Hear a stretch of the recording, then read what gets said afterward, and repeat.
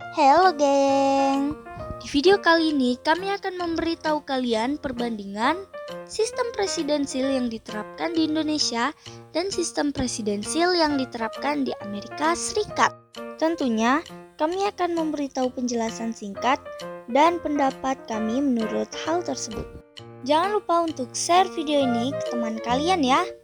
Sistem presidensil di Indonesia. Sistem presidensil di Indonesia yang bentuk negaranya republik membuat jabatan seorang presiden punya dua peranan penting, yaitu sebagai kepala negara dan kepala pemerintahan. Selain itu, sistem presidensil di Indonesia memisahkan kekuasaan negara menjadi tiga, yaitu eksekutif, legislatif, dan yudikatif, atau disebut sebagai trias politika. Lembaga eksekutif adalah lembaga yang menjalankan undang-undang, pelakunya presiden dan wakil presiden beserta menteri. Kemudian, lembaga legislatif adalah lembaga yang membuat undang-undang, pelakunya DPR, DPD, dan MPR. Terakhir, lembaga yudikatif adalah lembaga yang mengadili pelanggar undang-undang, pelakunya Mahkamah Agung, Mahkamah Konstitusi, dan Komisi Yudisial.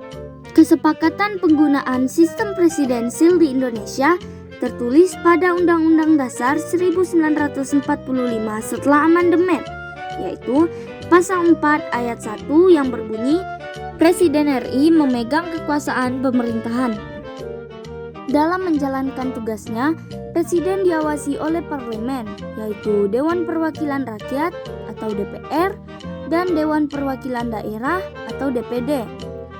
Selain itu, Presiden berhak mengangkat dan memberhentikan para menteri yang bertanggung jawab pada Presiden, baik Presiden, Wakil Presiden, dan anggota DPR, dan DPR dipilih langsung oleh rakyat melalui pemilu atau pemilihan umum. Lalu, setelah terpilih di pemilu, presiden dan wakilnya akan diangkat oleh Majelis Permusyawaratan Rakyat atau MPR, yaitu lembaga tertinggi yang berwenang mengubah dan menetapkan UUD 1945. Sistem presidensil di Amerika Serikat. Sistem presidensil di Amerika Serikat yang bentuk negaranya federal atau serikat membuat presiden sebagai kepala negara dan kepala pemerintahan, tapi juga berperan menjadi panglima tertinggi Angkatan Darat dan Angkatan Laut Amerika Serikat.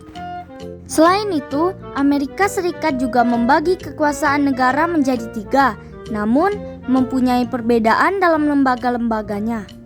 Lembaga legislatif berfungsi untuk memberlakukan undang-undang, menolak pengajuan presiden, dan berwenang menyatakan perang.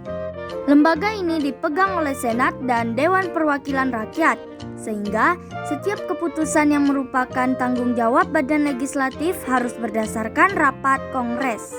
Lembaga eksekutif. Lembaga eksekutif di Amerika Serikat punya tugas menjalankan dan menegakkan hukum yang dijalankan oleh presiden dan wakilnya, para menteri, anggota dewan, beserta komite-komite lainnya. Lembaga yudikatif. Lembaga yudikatif berfungsi untuk menafsirkan undang-undang, menerapkan undang-undang, dan menilai undang-undang. Lembaga ini dijalankan oleh Mahkamah Agung dan pengadilan di negara bagian. Sama seperti Indonesia, presiden beserta wakil dan gubernur negara bagian dipilih langsung oleh rakyat melalui pemilu.